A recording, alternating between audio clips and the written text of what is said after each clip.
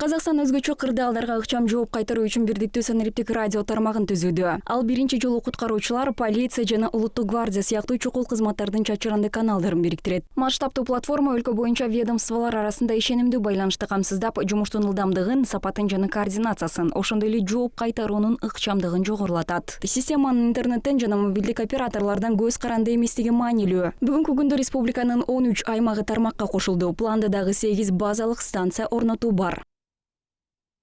Аналогичной системы в странах Содружества независимых государств в настоящее время нет. КМШ өлкөлөрүндө азырынча мындай система жок. Бул системанын артыкчылыгы келечекте табигый техногендик мүнөздөгү өзгөчө кырдаалдарга чара көрүү деңгээлин жогорулатат. Ошондой эле радиожыштык ресурсун үнөмдөөгө мүмкүндүк берет. Мурда ар бир ведомство өзүнчө радиосистемаларды курчу. Жалпы курулуш кайталоо маселелерин жокко чыгарат жана бул каржылык каражаттарды үнөмдөөгө алып келет. Бул система өзгөчө кырдаал коркунучунда же пайда болгондо гана колдонулбастан, бул системаны башка ведомстволор күнүмдүк режимде да колдоно алышат.